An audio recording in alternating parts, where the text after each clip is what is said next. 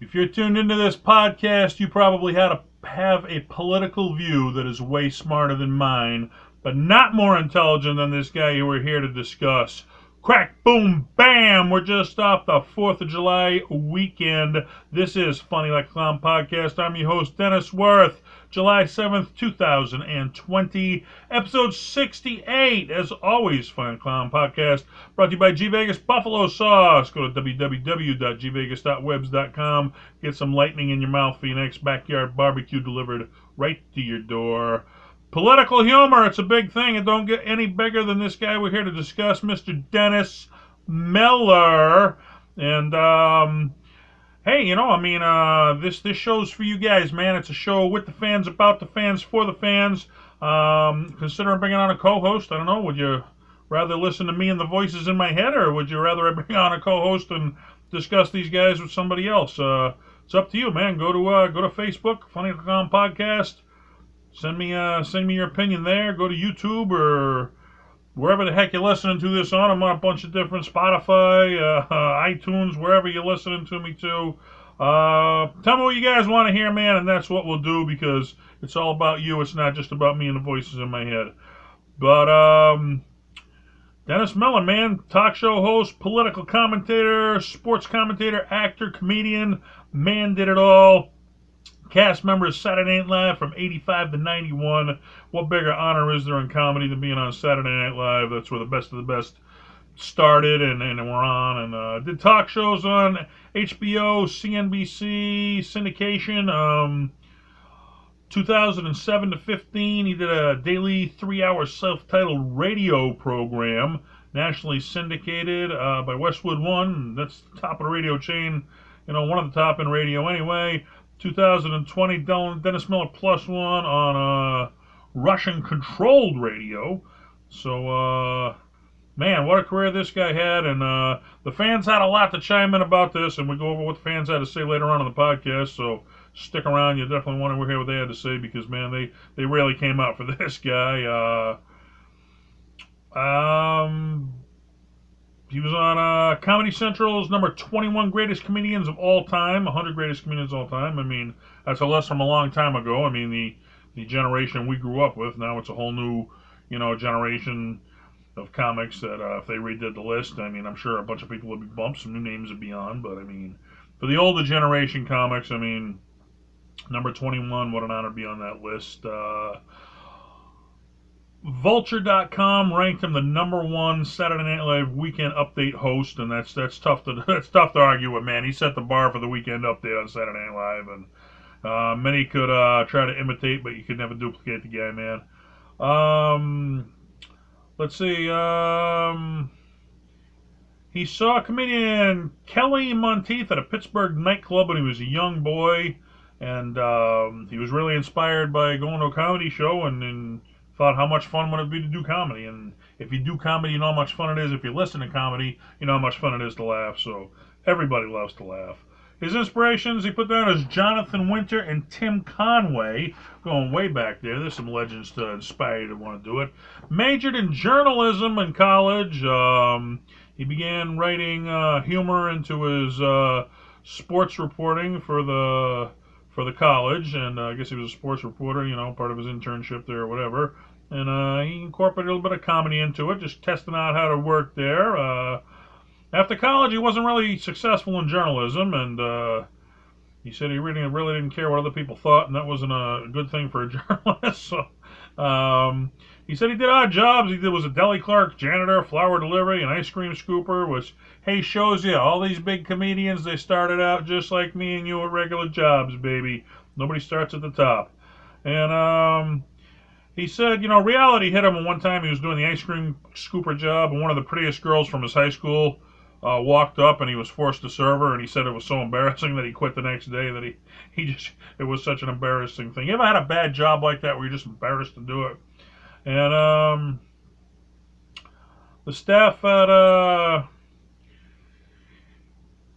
he joined the staff at a bowling alley, and I guess he was in charge of the video games, the air hockey, and the bowling alley, and he told jokes to the kids while sitting on a pool table in between, I guess, scheduling the air hockey stuff and stuff like that. So he started testing out his jokes there.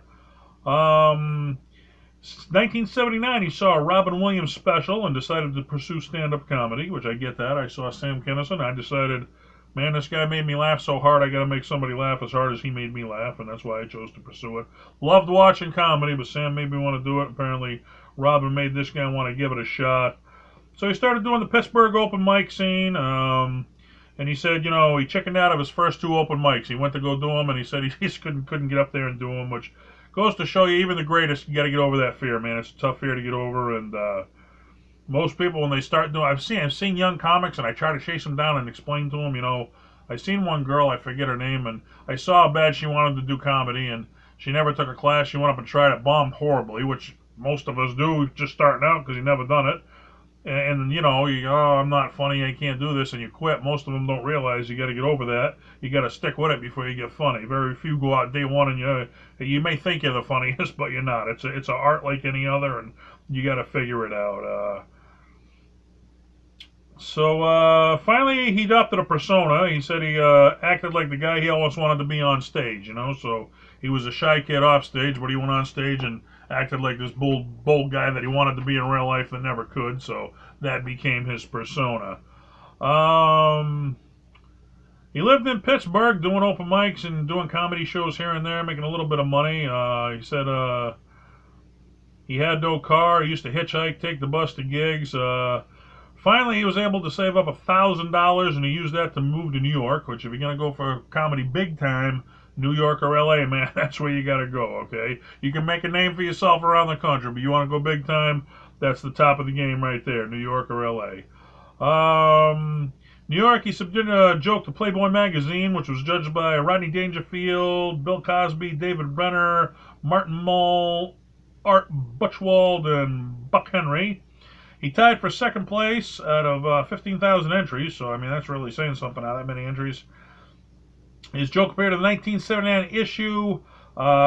He won $500. Playboy's first humor competition with the joke. The only difference between group sex and group therapy.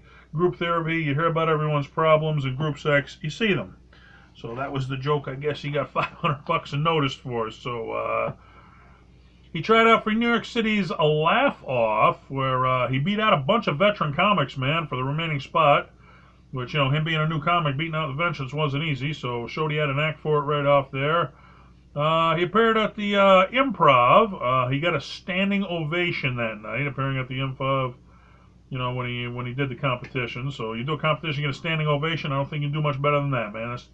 That's the, you know, if you get them laughing's great. If you get them clapping's great. They give you a standing ovation. That's a home run right there. He got to the finals. He did not win, but he got seen by a bunch of agents, which led to a lot of bookings. And I tell people that most of the comedy contests, I've said it 100 times, I'll say it again, they're all rigged, okay? You don't do them to win, because even if you're funniest, you're not going to win, but you get seen, okay? That's what comedy contests lead to, getting seen. He got seen, led to bookings.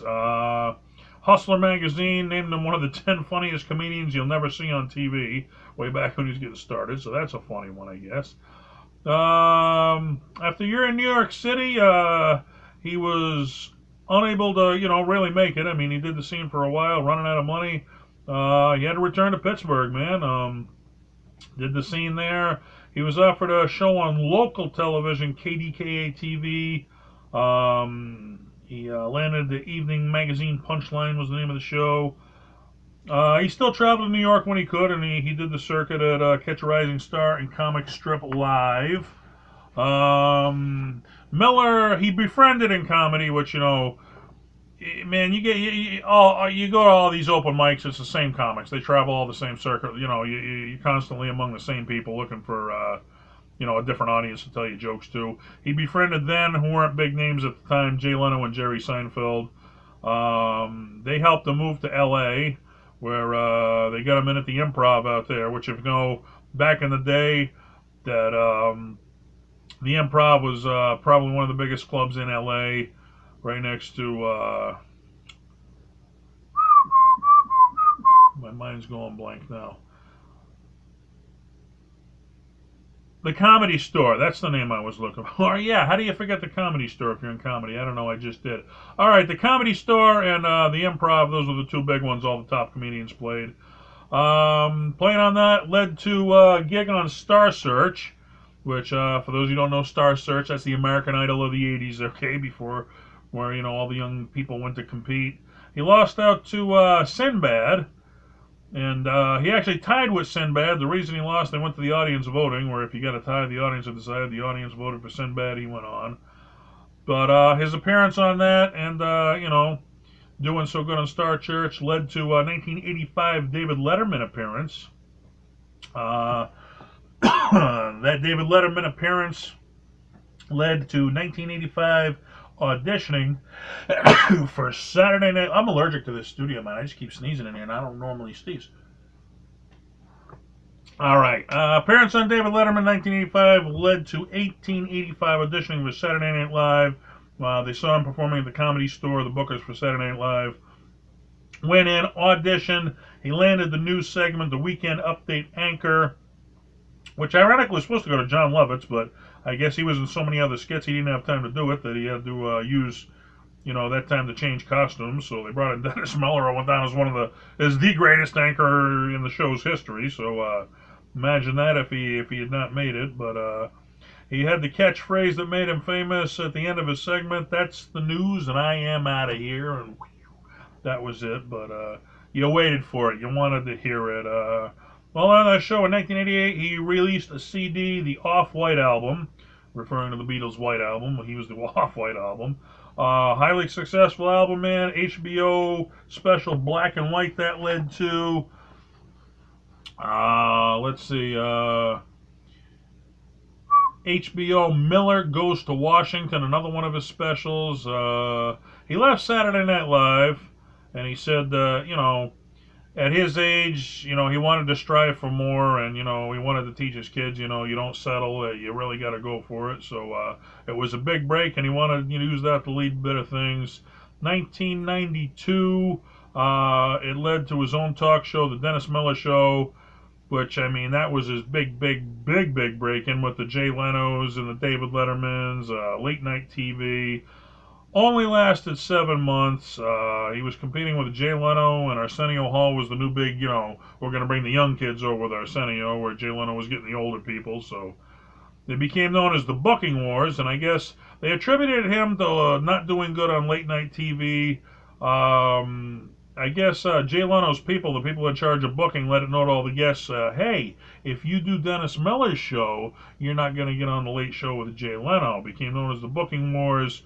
And so people wouldn't do Dennis Miller's show. He struggled getting guests, and I guess not only struggled getting guests, because if he did his show, you couldn't do, the big show at the time, the late show, the Tonight Show, excuse me. But I guess, he didn't want to be, the nice guy. He made his reputation on cynical humor, and I guess he was cynical towards some of his guests, which he didn't want to just sit there and be a yes man, which he wanted to actually, it's his show. He don't want to just let the guests go off and say, yup, okay, yup, okay. He wanted to be a part of it, and I guess the guests didn't like his cynical humor, which he became loved for, That's why you watch the guy, because he was so cynical it was funny, but backfired on him in that case, I guess. Years later, after he got fired, Leno fired his bookers. I guess he had problems with him, and he made up with Dennis Miller. Dennis Miller said, hey, life's too short to hold grudges, and I'm finding that out in my old age. I do. I can hold grudges forever, and I need to learn better how to let stuff go in life. So, you can't just hate forever. You got to let things go. And I tend to hang on to things forever. I still got some kids from grade school I'm going to find and kick their asses, but no, I'm not. I'm going to let it all go. You know why? Because you got to let things go in life. They'll eat you alive, and I'm figuring that out in my old age. So I pass that on to the younger generation. So after making up with Jay Leno, he actually appeared on the Tonight Show several times. And I guess Jay went out and appeared on one of his HBO specials, too, as a special guest or something like that. They had something going on. So they swapped out. That's how it works, You do my show, I'll do your show. That's how all the big names, do special stuff. That led to Dennis Miller Live, was an HBO half-hour talk show, which where his late night show didn't do good. This show really took off. Won 5 Emmy Awards, 215 episodes, and 9 years, okay? You do 9 years on HBO, that's saying something right there. Eventually got canceled in 2002, but after 9 years, what else was left to do, man? I'm sure 215 episodes, he got to do all he wanted to do. And once that was candled, I guess this led to the bigger one that everybody likes to talk about. Dun dun dun dun dun dun. Monday Night Football came calling, and yeah, I guess there's mixed reviews on this. Some people absolutely loved it, which, there's a lot of people into politics. If you're into politics and he's for your party, you love him even if he sucks. It's like a candidate. You love your candidate even if he's the best candidate. It's your party, and that's what you go with. Some people thought it was great. Some people thought it was terrible. I'm on the side. I didn't like it whatsoever. I liked him as a comedian, but I thought the Monday Night Football was just a huge bomb. I liked the idea of getting a comedian in there because they do comedy. I thought he was the wrong choice. I mean, you're watching football. You're not really into politics. You don't want a political humorist while you're watching football, I mean, these are blue-collar people, the grunts of America watching football. This guy's high-witted humor right over their head, okay? They just weren't getting it. For those of you who did like it, all I can say is how come he's not still doing it if he was so good at it? And the reason, there was a steady decline in his ratings. Each year it got lower and lower until they finally let him go. Replaced John Madden, and boom, once they had John Madden, the numbers went back up. So, love him or hate him, that speaks for itself if the ratings were declining. Some blamed it for bad games, so I mean, you could say, if it ain't a good game, you wouldn't have tuned in otherwise, but I can't say I watched him a whole lot. I'm a Patriots fan because I'm from New England, so I remember he was doing one show where his joke was Patriots Stadium's in Foxborough. That's so far from Boston that they're still waiting for Paul Revere to get here and tell them the British were coming, and I was like, you're a professional comedian? That's the best you got, man? I mean, that's something you come up with off the top of your head in 5 minutes, not something, a professional comedian should be writing. I thought it was a cheesy joke, and I don't know. It didn't work for, I'm not the only one who didn't like it. Not that I didn't like Dennis Miller. I think he's a funny comic, but I just thought it was the wrong mix putting him in there. I think they should have got a Larry the Cable Guy, okay? There's a guy, blue collar, okay? That would have connected with the football audience. I think he was just, his wit was too high for his audience that he was performing to. After that, he returned to some Fox News commentary. CNBC came calling. He did a show on there for a while. 2005, it was canceled. He returned to Fox News after that on various shows, doing stuff. Did some off stuff. He did a game show called Grand Slam on the Game Show Network. That wasn't a big hit either. Here's a guy, he had his big run, toward the end of his career. So you know what? I mean, you have your big run on TV. Once you did your thing, what do you do? Well, here's what he did. He turned to radio, and he signed a deal with Westwood One. And as we said at the top of the show, man, that's one of the biggest names in radio, called Dennis Miller Show, a 3-hour talk show. Which, if you're going to listen to Dennis Miller and you're his audience, you're probably going to want to tune in for 3 hours, because that's why people listen to podcasts, because it's one of those you can sit in your bed, lay down, and just listen on and on and on. It fills time, and I think that's what he's probably best suited for, is radio, because you don't have any time constraints. You can do what you want to do. It's your show. Where at TV, there's a lot of rules. It's not always your show that I mean, yeah, it's your show, but y'all got all kinds of rules where there's less rules on radio, and a podcast, there's even less rules on that. So that was a big hit. He did radio from 2007 to 2015. That's almost a 10-year run, man. I mean, that's right up there with the HBO streak that he had. At the peak, he was peaking at over 2 million listeners. So, I mean, you got 2 million people tuned into your radio show, you're at the top of your game. And, Howard Stern's proven there's a lot of money in radio. Okay, so TV ain't always the place to be. After that, he's getting older. You don't see him around as much. He still does Vegas every now and then, which a lot of comics have Vegas residency. He goes out there and, does a few shows a year. And with the money he's making, he could probably retire. He can do what he wants to do. Authored 4 books, The Rants Again, I Rant, Therefore I Am, and The Rant Zone. So, I mean, he's still doing books, doing Vegas. He's appeared in several films, most notably Joe Dirt and Never Talk to Strangers. And Yeah, I remember. I was so excited he was going to be in a movie, and I remember watching it. He was like a really dark, creepy character, and I was like, "This guy's a comedian. Why is he playing this role, man?" I wanted to make me laugh, and instead he's creeping me out. But hey, legendary career in politics, and people wait around to see who's Dennis Miller going to endorse for the next, political thing going on. So who knows? All right, we said we'd go to the fans. Let's go to the fans and see what they had to say, because like I said, it's about the fans, for the fans, with the fans. And if you're a fan of the show and you want to be a guest, contact me. Hey, I'll put fans on. Why not? You don't need to be a comedian. I'll put a fan on tomorrow. I don't care. You want to discuss a comedian you like? That's what we're here for. All right, let's see. What did the fans have to say about Dennis Miller? Here it is, man. They really came out for this, too. I was expecting a few fans to maybe write in, but I put it out there, and a whole lot of people had a comment on this guy, let me tell you. All right, and if my computer was as fast as my mouth, I'd already be reading them off, but all right, here we go. Michael Buster McMahon writes in, what's your favorite memory? So many. A master wordsmith. Loved his late night talk show, and he might be in a tie with Norm MacDonald, as you're referring to, as my favorite Saturday Night Live news anchor. And yeah, he set the bar for the news anchor. And his late night talk show, I remember it was when Vince Neil and Motley Crue got thrown out or got fired from Motley Crue for a short bit there, and they put it on an album without him. And he had him on, and he said, I thought you and Tommy Lee, you were like this, man. What's going on?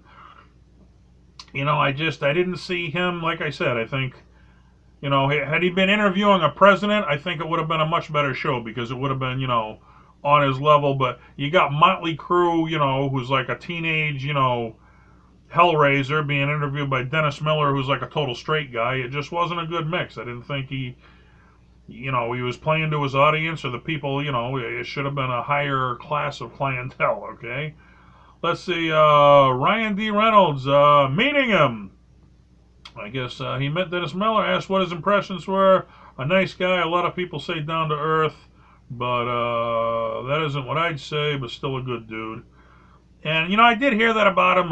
One of the comics that I work with, he said that, he met a lot of comics, and, we said it's always cool. You don't forget where you came from. You don't look down on little people. And he said he met Dennis Miller, and he put in his earbuds, and he wasn't paying attention to the other people. He was in his own little world. And which, meeting Dennis Miller, that's a thrill for us because he's a celebrity. But when you meet 20 people 24/7, you want some time to yourself. And we don't understand that because we're not the stars. I know these famous sports stars, they sit there and they sign autographs for kids an hour after practice.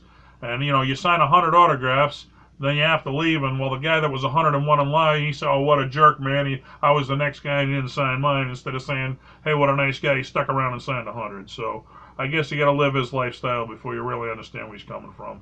Don't forget where you come from, but at the same time, you can only do so much. You can't spend the rest of your life meeting people. And I know Andrew Dice Clay's like that. How much of your time can you give to the fans? You can't give 100%. You give what you can, and it's never enough, Let's say Johnny Benson writes in his commentary on football, so I guess he was a fan of it. Stevie GB, opening for him at the Paramount in 2015. I asked, what were your impressions? He says, a cool guy. Yeah, if you're opening for him, I guess you consider him a cool guy. That's a cool gig. Let's see, John Kensel, when he commentated about the airplane shoe bomber, did you see this cat? For God's sakes, he looks like Jeff Goldblum on a 3-day meth binge. If this cat isn't blowing a harp for Jay Giles. Okay, there's one. Here's a good one, man. Juan Batista Jimenez writes in, Tales from the Crypt. And Sam Kinison was on an episode of that, too, and Dennis Miller was, too, where they kind of narrate the show. Now, I don't know if Sam narrated the show. I don't know if Dennis Miller narrated it or was a guest on it, but, yeah, Tales from the Crypt. They pulled a lot of stars, that were watching today. Back then, before they were big stars, they were a good call on who was going to be the up-and-coming star. Let's see, Dan Guerin, the Off the White album is still one of the best. That was a very popular album that he had. Catchy name, too. You can't argue with the catchy Beatles reference. Tony DiGiamaco, I saw him at the Circle Star in the Bay Area. He is on my Mount Rushmore comics who got me into the business. Pryor, Carlin, Williams, and Miller. Don't always agree with him these days, but cannot deny his talent and inspiration. And that's cool when somebody like that inspires you to want to do it. You know, he said Robin Williams inspired him, and he passed that down. He's inspiring other people to want to do comedy. So always good when somebody's your inspiration in life. Leigh McFarland, my buddy from high school. A few years ago when I went to a show with Bill O'Reilly at the Fox Theater in Atlanta, his snarky spin on the politics of the day are spot on, and his football commentary was hilarious. I'll give you his spin on politics is hilarious. I can't give you the football commentary. I disagree with that one, but yes, I mean, nobody does political humor. There's few that were on his level that can do it. Lewis Black, maybe, off the top of my head, but there's few that can do it. Let's see, John Jerusowicz. John Jerusowicz discussing General Pinchot with a picture of Bronson Pinchot on the Weekend Update screen. He then says something like Pinchot instead of Pinchot. If you're coming to me for hard data, you better get your life in order. Cha-cha. So that's one of his twists right there. It's a funny twist. I agree. All right. Jeff Lamborghini, is he dead?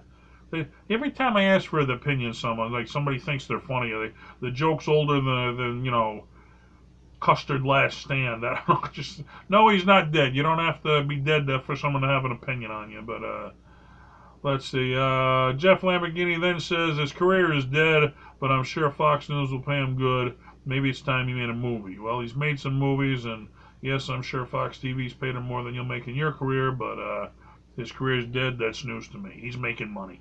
More than either one of us will make together. So, good for him. John Tobin, the joke about when he realized what a prick Hitler was. Yeah, they had to figure that one out, I guess, right? Okay. Dan Meade writes in, I worked with him on his CNBC show. I asked what were your impressions. I was the audience coordinator. I hear how difficult he can be often, but I never saw that or experienced that on our show. I had very little interaction, but what I did have was pleasant, and he was funny. And in my last day, they got me cupcakes. And hey, they're going to bring you cupcakes? That's a cool dude right there. I like that. Okay. Darren Lucas, I ate breakfast with him when I was an intern at NBC in 1985. And I asked, what were your impressions of him? He was on Saturday Night Live, funny as hell and down to earth. So I guess mixed reviews. Some people are saying that he was tough to deal with, and some people were saying he was down to earth. So depends on who you like. I guess they're like anybody. You have your good days and bad days, man. You know, some days you're a prick, some days you're nice to be around. That's human nature. I was an NBC page in New York City from 85 to 87. Where did you intern? The local show. That's talking two interns talking about where they interned. Let's see. P.J. Brown, very simply, he said being funny.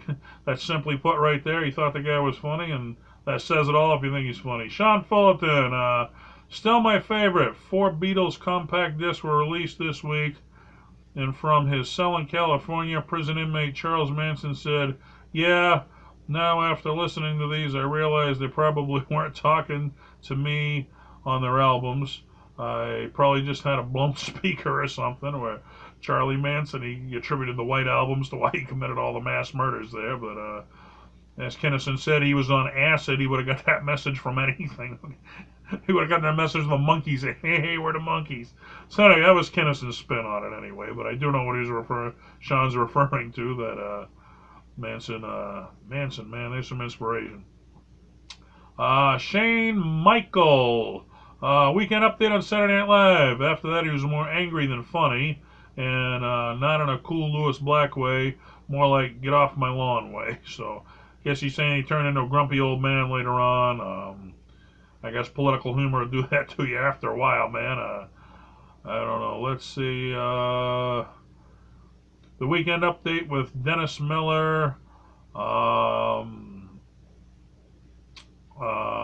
Cal Verducci chimes in. That was one of my favorite ones where they made fun of him. You know, people that dress up like the Dennis Miller hairdo at the time and doing his catchphrases and stuff. Dana Carvey.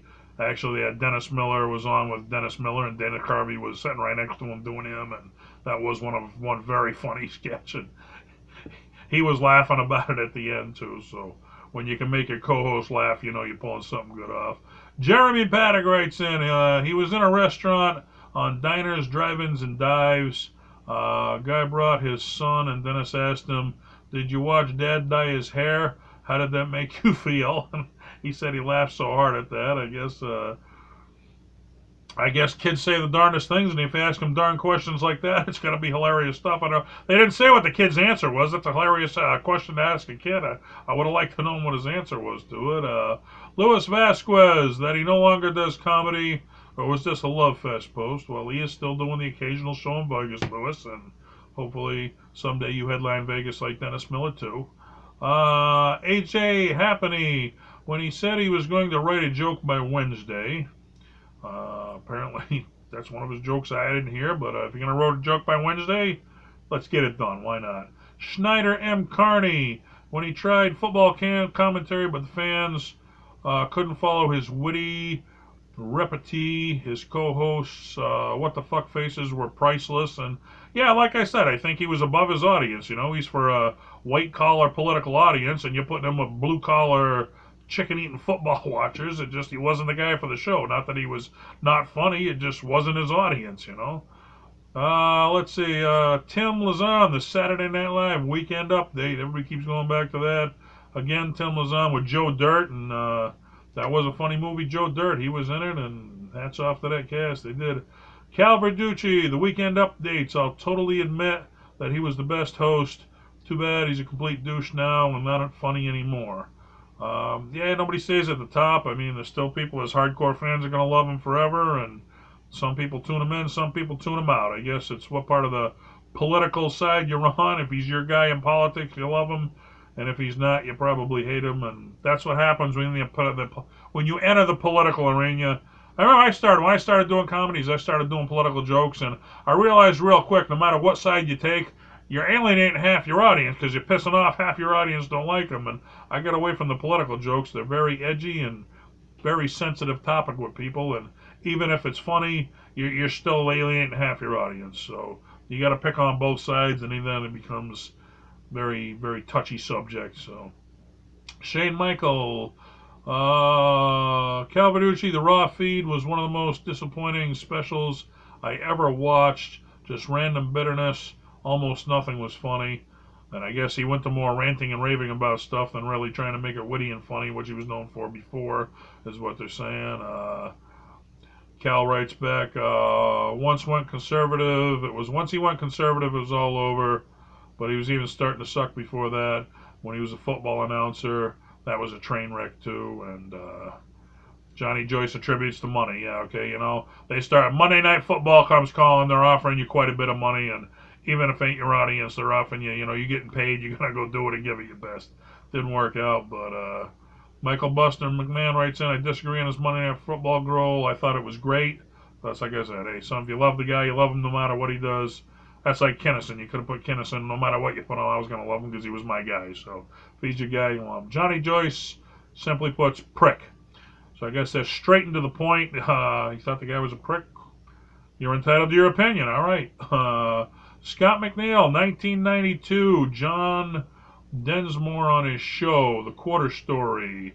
You can look that one up on YouTube. He's got the link in there, so check out The Quarter Story. Ned Rice, his first Letterman spot in 85, incredible, truly one of the best stand-ups of his generation. Again, this stuff all on YouTube, man. If you haven't seen it, if you've seen it, check it out. Justin Diaz, the best memory is when I stopped seeing this idiot on TV. All right, so here's a bunch of people who love the guy and a bunch of people who hate the guy. So it's a love-hate relationship, I guess, depending on whether you're into political humor or not. I mean, political humor, it's got its audience, but not everybody's into politics. It's not for everybody, so I get is, you know, the people who are into politics love the guy. If you're not into politics, hey, that ain't my thing, you know? Same thing with Kinnison and me, you know? If you're in dirty comedy, that's what made me laugh. I love the guy. If you're a squeaky clean guy, you don't like the dirty comedy, he's not your guy. That's what makes America great. Not everybody's into the same thing. But you try to respect everybody. That's what the kids of today have learned. You know, my opinion has to be your opinion. No, this is America. We all have our own opinion. I don't have to agree with yours. You don't have to agree with mine. Mike Rukas, don't have one. Dude was not funny, all right? Mike Rukas wasn't a fan. Banning Larry, the story he told about dinner with Frank Sinatra, his mother, and his nanny. All right, I haven't heard that story, but hey, if you're having dinner with Frank Sinatra, hats off to you, man. It's the best of the best right there. Neil Fogel, when did he pass? Yeah, that joke's about as old as yesterday.